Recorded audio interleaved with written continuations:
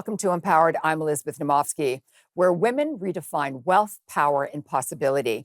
Today, we're talking about women entrepreneurs and money, but not just earning it, but owning it. How do you raise capital for your company without giving up control? How do you negotiate from strength when every dollar counts? And what's the biggest business mistake even the smartest women make? My guest today stands at the intersection of finance and female leadership, showing us how confidence, not compromise, is the real currency of success. This is a masterclass in owning your value and your vision. Today's topic is women who control capital. I'm joined by Laurie M. Clark, founder, director, and CEO of Onyen Corporation. She's the principal director and co-founder of CanCheck Corporation and the principal and founder of Smarten Up Institute. Laurie, welcome to Empowered. I'm so happy to have you here today. It is a pleasure to be with you, Liz. And I want to say something, and I want everybody to understand this very clearly.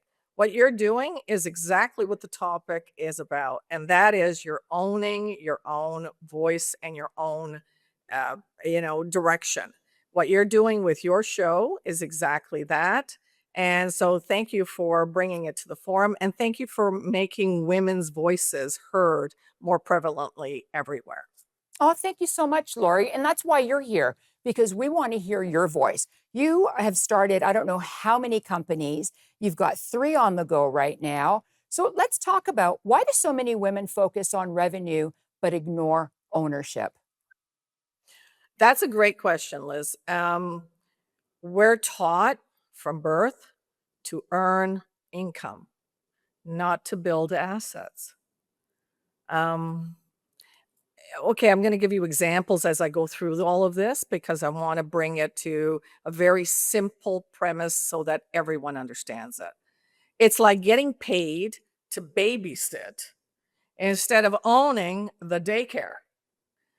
Owning means the the money keeps coming. It keeps coming even when you're not working. That is something we all understand very clearly. So what does owning the cap table actually mean then? It's interesting to have all these technical terms when it surrounds uh, business ownership and being able to actually parlay that into a successful exit. And all it means, it's very simple. It means controlling who owns your company and how much of it you keep. It's very simple. It's like a pizza. Okay, here we go again with my examples. I love it. I do this to everyone, okay? I always give very simple examples. It's like a pizza. Deciding how many slices you keep and how many you give away. It's that simple. The more slices you give away, the less you have. That's the cap table. Okay, so there's a lot of women who start up their companies and they want to raise capital. When they raise capital, what are they actually giving up? What are they giving up? Or, when you're raising capital? Well, okay. So raising capital, everybody these days, everybody wants to raise capital. All these kids, you're seeing all these wonderful kids and influencers and wonderful people that will say, "Oh, I raised 10 million. I raised 20 million. I raised 100 million." You know what? This is Onyen is my 6th company. Onyen is the first time I've ever gone out to raise capital. Everything else I have not. Why? Because it's about control. It's about influence. And sometimes your future exit. It's like letting someone, it's like someone else helps you build your tree house. Here we go. Yeah, But now they get to decide what it looks like. right. Okay. And they might decide to sell it when you're not ready. So you really have to understand what capital raising really means. Okay, so It's Laurie, hold on to that thought because we've got to go to commercial break. We will continue about what a capital raise is and then doing it without losing control. Don't go away. We'll be right back. Welcome back to Empowered. I'm Elizabeth Naumovski. Today's topic is women who control capital. So, Laurie, before we went to break, we were talking about raising money. And when you raise capital, what are you really giving up? So please continue. what what I want everyone to understand is that you don't have to raise capital actually. Okay. When I did this last time, I've had 6 companies, as you know. And you really don't have to, because what you have to do is really, put the money out of your pocket, put it into the business, do it the old fashioned way, and then make sure that the money, there's cash flow, and cash flow is king. Yep. So if you bring in cash, you do not have to raise capital. It is not always the answer to all. Capital raising is actually losing control. So, okay, so how do you raise money without losing control then? Well, then you raise strategically. You raise strategically. You negotiate the terms extremely hard. You and you never fund from desperation. What does that mean? You don't go out when you need to actually raise the capital. If you want to raise capital, you do it well beforehand, or when you're really in a position where you say, "Hey, you know what? We're really doing well. Let's raise some capital." It's really it's almost the antithesis of what it should be doing. Typically, people will think of raising capital when they absolutely need to. No, you do it when you don't need to. It's like, for example, here we go again with my little quips and little examples. It's like choosing a teammate for a game. You don't just pick anyone because you're losing. The wrong teammate can make you lose. You can cost you the whole game. Okay, so let's talk about terms. What terms in a term sheet should absolutely scare you? And here comes the rub. Oh, Liz, I've been through this so many times. And that is, if they want board control, absolutely walk away. Okay. Liquidation preferences. In other words, on an exit, I want all sorts of things. And aggressive anti-dilution clauses. What's anti-dilution?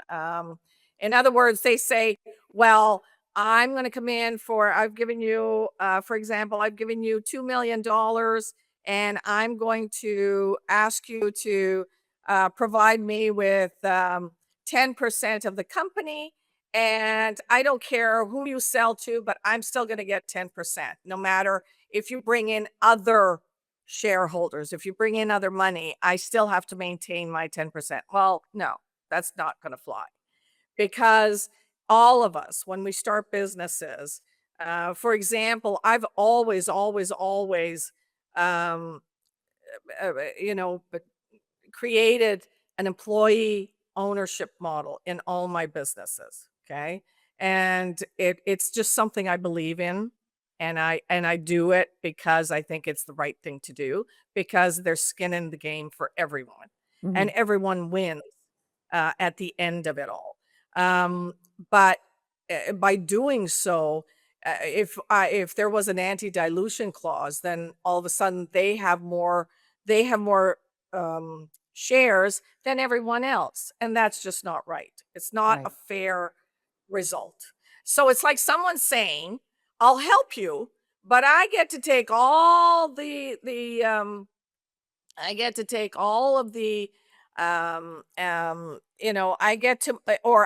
make all the rules, and then take the biggest prize. And you may end up doing all the work for very little reward." Right. So, less than a minute to go. We're talking about deals and we're talking about your company. When should you walk away from a deal? Well, okay. So when do you walk away from a deal? Um, well, let's see here. When do you walk away from a deal? Let me think about that for a second. When I've walked away from a lot of deals, okay? Right, That's the right, first thing you should— I have walked away from tremendous amount of deals. Uh, it's when the capital costs you your voice. If someone gives you money but won't let you speak or decide anything, that's not a good deal. right. Your voice is part of your value. Don't trade it away. Hold that thought. We'll be right back with more. Your voice is part of the value. Do not trade it away.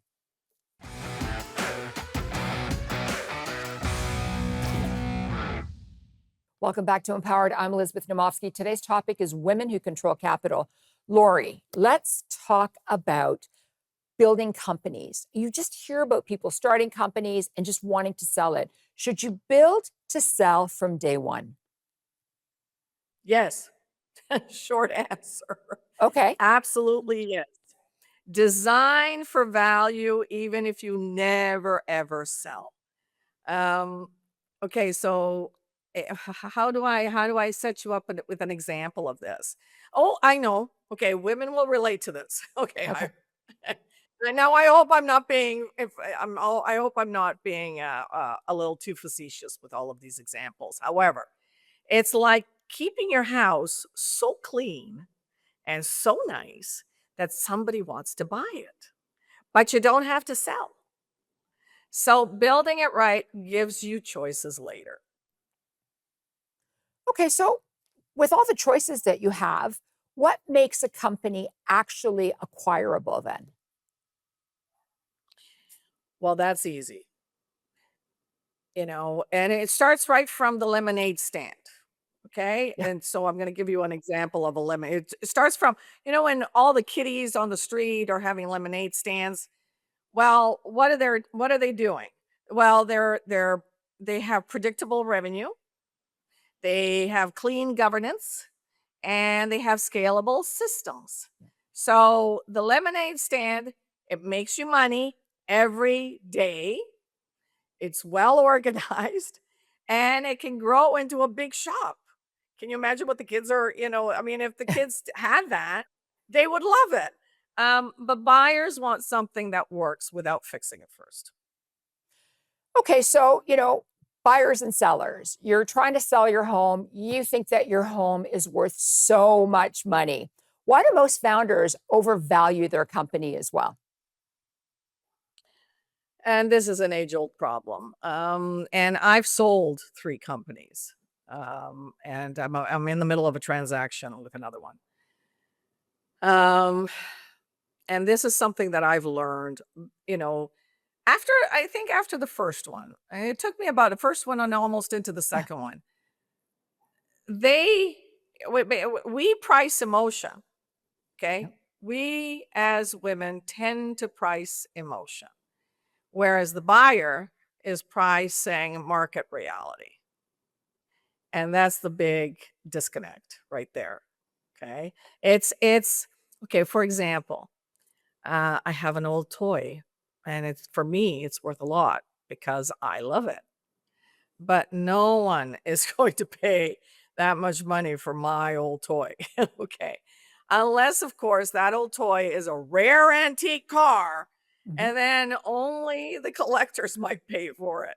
But they'll negotiate a good deal as well. So value is what someone else is willing to pay, not what it means to you. So, it's interesting because you talked about the emotional aspect of it. And I had Reese Tomlinson on a little while ago talking about the emotions of selling your company. How do you prepare emotionally to sell something that you build? Because there is so much that encompasses who you are with that company. Absolutely, Liz. And in my first business, absolutely, I was an emotional wreck. Because it was the family business, and it was 75 years worth of a business. Oh, And there was so much invested in it, and there was so much history, and there was so much results from it. I mean, and you see it all over Canada actually, because it was we used to have a granite manufacturing business, and It was the first, and we used to build all sorts of building facings. And so here, for example, Niagara Falls, in Niagara Falls, King George VI, we did that. So there was a lot of emotion in order to sell that one. That one was hard. However, you have to remember you're selling an asset. It's not your identity. And that comes with experience and time. And it's like, for example, you have a drawing or a painting, and you're selling it, and you made that painting and drawing. Well, you're still you, even after it's gone. It's not True, like you've disappeared anywhere. You can true. always create something new. And that's one Hold thing that I've thought, learned by Laurie. doing. Sorry. Hold that thought. We'll be right back with more. Welcome back to Empowered. I'm Elizabeth Naumovski. I'm joined by Laurie M. Clark, founder, director, and CEO of Onyen Corporation. She's the principal director and co-founder of CanCheck Corporation and the principal and founder of Smarten Up Institute. Laurie, my apologies. I had to cut you off. We had to go to commercial break. Please continue on with the emotional intelligence. Well, thank you very much. What it means is when you're selling your company, you have to remember that it's not really it's not you. You're not selling yourself. Okay, you're selling an asset, and you're still going to be you even after it's gone. And in fact, what I did is I started another company, and Yeah. then started when I sold that one, I started another one. So you see, and then by the middle of the second one, I realized I really was just building an asset. It's not me. I'm not. Yes, I can invest my hopes and my aspirations to the company, and I will build it from the start to be a very successful endeavor as best as I can. However, I want to I make sure that I do everything right to add as much value to the company as I can so that there is a successful exit. So I want to talk about women in power. Why do you believe women don't talk openly about money and power? Well, and I've wondered about that for many, many years, because it is something that I talk about all the time, and it surprises me at times as to how many women have difficulty with that, and it's because I believe we're conditioned to be agreeable, not authoritative. Um, we're always told to be nice, to and to be a little more demure and quiet instead of speaking up and leading. And leadership requires your voice to be heard. Mhm. And so that is something that I speak to very, often, is that use your voice. Don't let it be hidden. I think that's important. And that seems to come up a lot as a theme on Empowered. And I want to talk about this too, because this is also important. And it was part of the introduction that I wrote. What's the biggest mistake smart women make in business? Underestimating their leverage. You know how much leverage one has when you're in business? It's incredible. And or even if you're not in business, okay, even if you're not in business, or and you have a particular passion about a particular endeavor, Mhm. don't underestimate your leverage. It's like having, okay, okay, you're in a card game. You have a Mhm. strong card, but you don't realize it. You don't realize that you can win if you can win with it. So if you don't use your strength, no one else will. Yeah, that's important. And I love the way that you had summed that up.